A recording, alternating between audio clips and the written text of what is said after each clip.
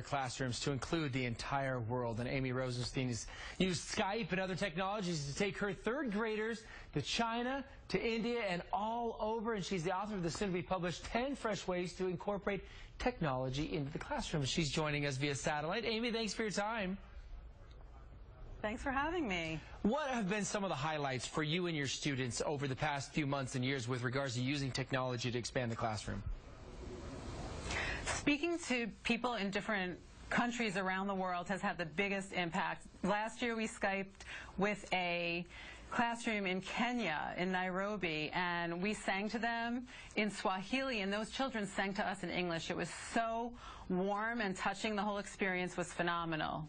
And when we brought music into it. Yeah, and when you talk about bringing these stories, these perhaps historical figures to life, I mean, that has to really change the impression you're leaving with your students.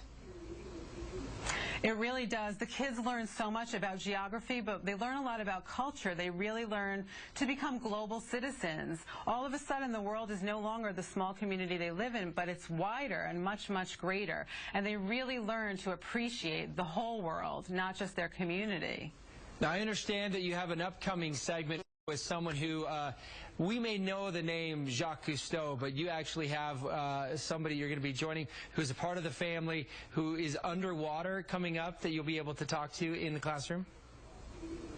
That's right. I can't wait to tell my kids about it. Fabien Cousteau is Jacques Cousteau's grandson, and his goal is to beat his grandfather's record by living underwater for 31 days. So we're going to have the chance to place a call with him and speak to him live on our smartboard while he's underwater.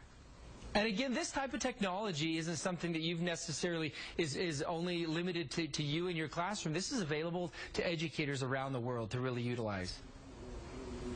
It is. I've teamed up with Skype, and if people are interested, they can go to education.skype.com. It's a wonderful platform for teachers to connect with each other, and there are over 70,000 teachers right now who are part of this community. So I would recommend anybody interested, whether it's a parent or a teacher, to go to education.skype.com. Well, it's wonderful to see the results and see what you're doing in the classroom. Amy, thanks again for your time.